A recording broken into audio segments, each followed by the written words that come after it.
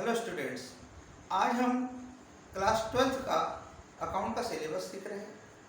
Syllabus में कौन कौन से चैप्टर दिए गए इस बारे में जानकारी बता रहे हैं और शॉर्टकट में सभी चैप्टरों के बारे में बताया जाएगा। तो सबसे पहले syllabus of accountancy class 12th ये एमपी बोर्ड के अनुसार है। First chapter financial statement of non profit organisations. Second chapter accounting for partnership firm. Third chapter reconstitution of partnership firm. Fourth chapter admission of a partner. Fifth chapter retirement and death of a partner. कई book में ये दोनों chapter मिलाकर भी दिए हैं और कई बुक में अलग अलग दिए हैं, मैंने अलग अलग लिखे। Six chapter dissolution of partnership firm. Seven chapter accounting for share capital and 8th chapter accounting for debenture. Chapter number 9 financial statements of a company. Chapter number 10 analysis of financial statements. Point number 11 chapter number 11 accounting ratios and chapter number 12 cash flow statement. अब सारे chapter जो है सब chapter में क्या क्या practical से related बातें आती है, सबसे पहले हमको समझेंगे। पहला chapter financial statement of non profit organisation. Non profit organisation को हम नॉट फॉर प्रॉफिट ऑर्गेनाइजेशन भी कह सकते हैं। ऑर्गेनाइजेशन मतलब होता है संस्था, नॉन प्रॉफिट ऑर्गेनाइजेशन मतलब अलाभकारी संस्था, गैर व्यापारिक संस्था। ऐसी सारी ऑर्गेनाइजेशन जिनका मेन ऑब्जेक्ट प्रॉफिट अर्न करना नहीं होता, सोशल सर्विस करना होता है, मतलब सामाजिक सेवा करना होता है, वे सारी ऑर्गेनाइजेशन कहलाती है नॉन प्रॉफिट ऑर्गेनाइजेशंस। अंडरस्टैंड? जिन संस्थाओं का उद्देश्य लाभ कमाना नहीं होता, प्रॉफिट अर्न करना नहीं होता, बल्कि वे समाज में सेवा भावना की दृष्टि से, सोशल सर्विस की दृष्टि से कार्य करती है, वे सभी संस्थाएं नॉट फॉर प्रॉफिट ऑर्गेनाइजेशंस मतलब नॉन प्रॉफिट ऑर्गेनाइजेशन कहलाती है। For example school, college, club, hospital, अनाथालय, महिलाश्रम, विधवाश्रम, हेल्थ क्लब, सभी धार्मिक संस्थाएं, ये सब नॉट फॉर प्रॉफिट ऑर्गेनाइजेशंस है। इनका मुख्य उद्देश्य क्या प्रॉफिट अर्न करना है क्या? नहीं, इनका मेन ऑब्जेक्ट, मुख्य उद्देश्य इनका सोशल सर्विस करना होता है, सामाजिक सेवा करना होता है। अब इनके यहाँ फाइनेंशियल स्टेटमेंट मतलब वित्तीय विवरण, साल के अंत में कौन कौन से स्टेटमेंट तैयार किए जाते हैं, तो यहाँ पर हम आपको बताने जा रहे हैं कि इन संस्था में सबसे पहले बनाया जाता है साल के अंत में रिसीव्ड्स एंड पेमेंट अकाउंट। वो कैसे बनता है, जब हम चैप्टर सीखेंगे तब समझ में आएगा। ओके, सेकेंड चैप्टर हम second point income and expenditure account. उसके बाद में क्या बनाया जाता है ऑर्गेनाइजेशन द्वारा? Balance sheet. फिर से एक बार, पहला रिसीप्ट एंड पेमेंट अकाउंट जिससे आपका फाइंड आउट होगा क्लोजिंग कैश बैलेंस।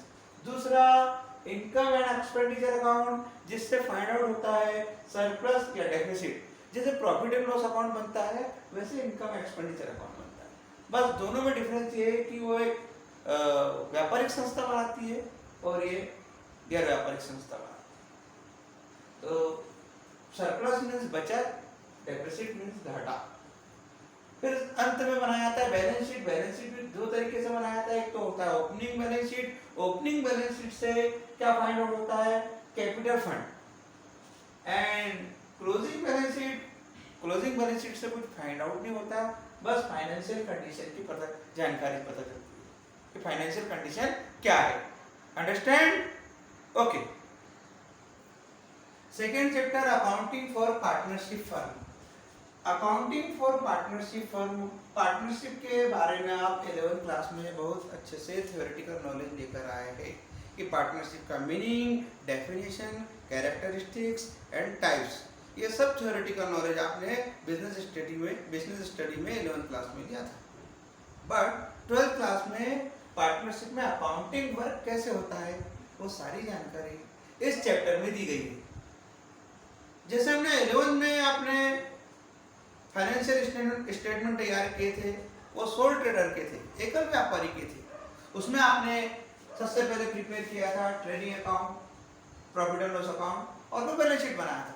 लेकिन पार्टनरशिप में भी सबसे पहले ट्रेडिंग अकाउंट बनाया जाता है, फिर प्रॉफिट एंड लॉस अकाउंट भी बनाया जाता है, but profit and loss account के बाद एक और प्रॉफिट एंड लॉस अकाउंट बनाया जाता है जिसे हम कहते हैं profit and loss appropriation account. वो क्या होता है जब हम चैप्टर सीखेंगे तब मैं आपको डिटेल में बताऊंगा। Profit and loss appropriation account बनाने के बाद में पार्टनर्स कैपिटल अकाउंट बनाए जाते हैं। कैपिटल अकाउंट की भी दो मेथड होती है, एक फिक्स्ड कैपिटल मेथड और दूसरी फ्लक्चुएटिंग कैपिटल मेथड। उसके बाद में बैलेंस शीट भी बनता है, लेकिन हमें इस चैप्टर में ये भी नहीं बनाना है, ये भी नहीं बनाना है, केवल profit and loss appropriation account और partners capital account balance sheet भी नहीं बनाना है।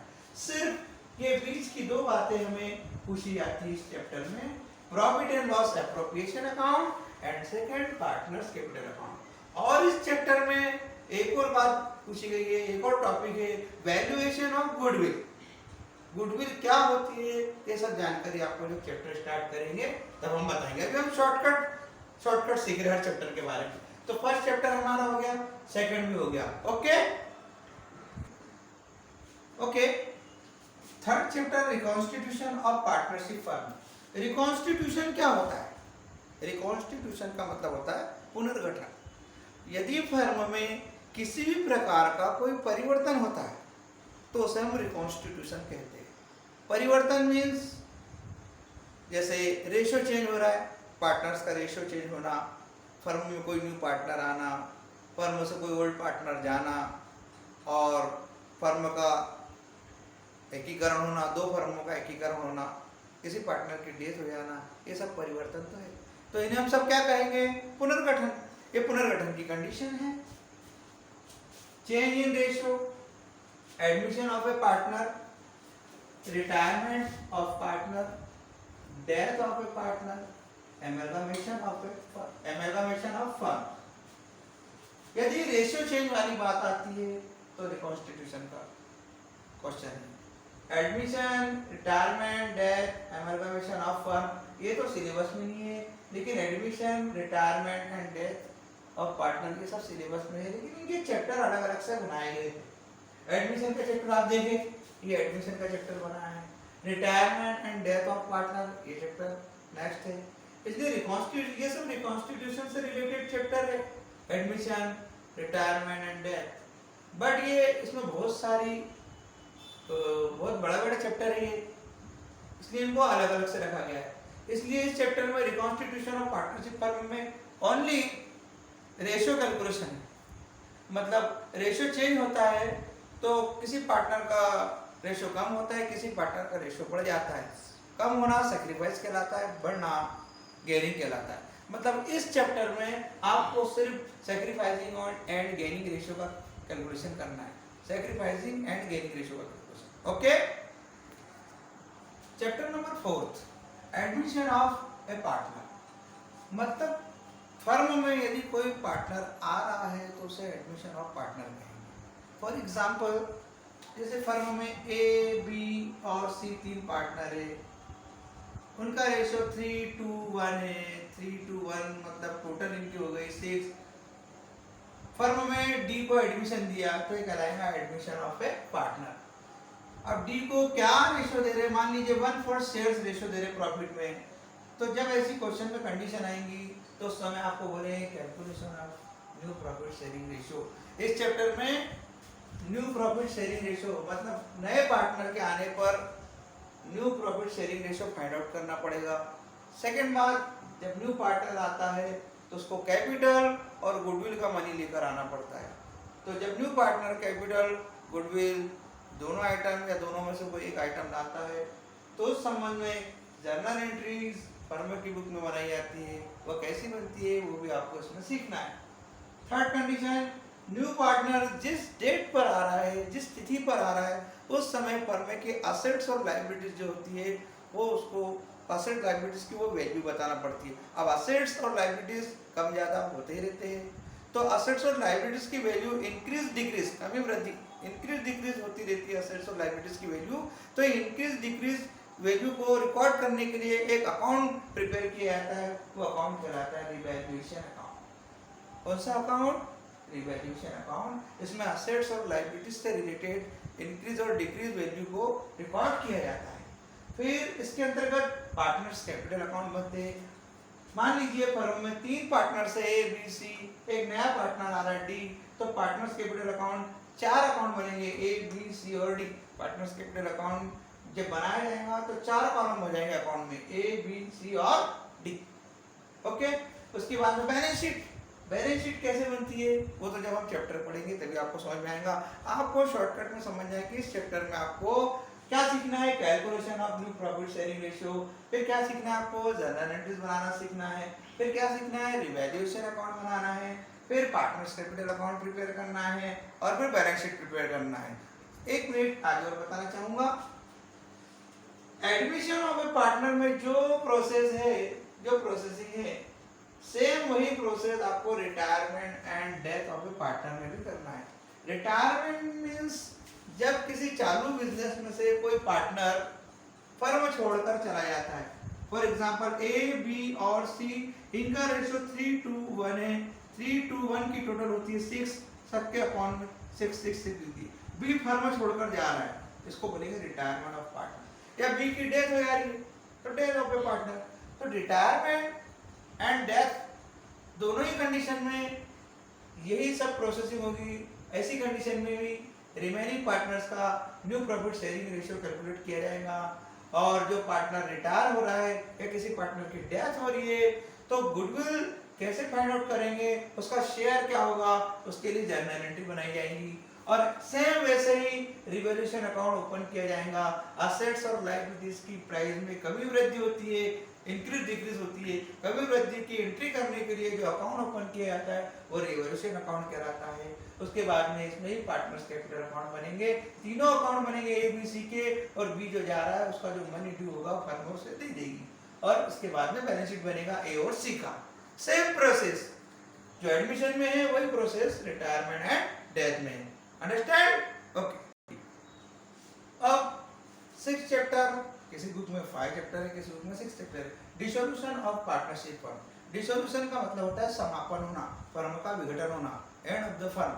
जब फर्म बंद हो जाती है, फर्म पे ताले लग जाते हैं, तो उस समय कौन कौन से अकाउंट बनाए जाते हैं वे सारी जानकारी इस चैप्टर में दी गई है। फर्म बंद होने पर क्या क्या अकाउंट बनाएंगे, तो सबसे पहला अकाउंट बनाना पड़ता है, क्या है अकाउंट का नाम, रियलाइजेशन अकाउंट। अब रियलाइजेशन अकाउंट होता क्या है, जब चैप्टर स्टार्ट होगा तब आपको डिटेल में बताएंगे। अभी केवल याद रखना आपको कि डिसोल्यूशन ऑफ ए फर्म, उस समय सबसे पहला अकाउंट आपको बनाना है रियलाइजेशन अकाउंट। सेकंड अकाउंट आपको क्या बनाना है, पार्टनर्स कैपिटल अकाउंट। कभी कभी करंट अकाउंट भी बनाना पड़ता है, इसलिए मैंने ऑप्शन में लिख दिया है। फिर third account partners loan account, and fourth account cash oblique bank account. बस इतनी ही जानकारी रहती है, इसमें और कुछ नहीं रहता। सबके फॉर्मेट आपको याद करना पड़ेगा, चैप्टर आ जाएगा।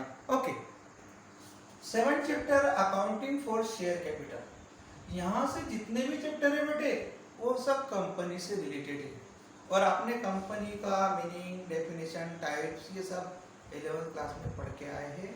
बिजनेस स्टडी में आप सब थ्योरेटिकल नॉलेज लेकर आए हैं। अब हमें ये देखना है 12th क्लास में कि कंपनी के अंतर्गत अकाउंटिंग वर्क कैसे होता है। तो कंपनी सबसे पहले, कंपनी को मनी की आवश्यकता होती है, तो कंपनी कौन सा डॉक्यूमेंट इशूड करती है, तो सबसे पहले कंपनी शेयर पब्लिक में इशूड करती है। अब शेयर से जो मनी मिलता है वो कंपनी का शेयर कैपिटल कहलाता है। तो कंपनी को ये जो मनी मिलता है, शेयर कैपिटल का मनी, उसके संबंध में जर्नल एंट्री बनाई जाती है। उसकी कोई इंस्टॉलमेंट होती है, जब आप चैप्टर पढ़ेंगे तब आपको इंस्टॉलमेंट के बारे में पता चलेगा। वो instalment share application money, share allotment money, share first call money, share second and final call money, वो इंस्टॉलमेंट के नाम होते हैं। जब आप चैप्टर पढ़ेंगे तभी आपको समझ में आएगा। तो इस चैप्टर में अकाउंटिंग फॉर शेयर कैपिटल, मतलब शेयर कैपिटल कंपनी को जो मिल रही है पब्लिक से, मतलब शेयर होल्डरों से जो पैसा मिल रहा है, उसकी जर्नल एंट्री कैसे बनाई जाती है, वे सारी बातें इस चैप्टर में रखी गई है। इसके बाद का चैप्टर अकाउंटिंग फॉर डिबेंचर, ये भी सेम ऐसा ही है। डिबेंचर शेयर्स के माध्यम से कंपनी को पैसा मिल जाता है, कंपनी के सारे शेयर्स कंप्लीट हो जाते हैं। शेयर्स कंप्लीट होने के बाद में कंपनी को और धन की आवश्यकता है, और मनी की आवश्यकता है, तो कंपनी एक दूसरा डॉक्यूमेंट्स जारी करती है, इसे कहा जाता है डिबेंचर्स। तो डिबेंचर्स से कंपनी को जो पैसा मिलता है वो लॉन्ग टर्म लोन होता है, दीर्घकालीन ऋण होता है। तो ये डिबेंचर से जो पैसा मिलता है उस संबंध में भी कंपनी जर्नल एंट्री बनाती है, तो इसमें भी वही सारी इंस्टॉलमेंट होती है, debenture application money, debenture allotment money, debenture first call money, debenture second and final call money. Understand? Okay.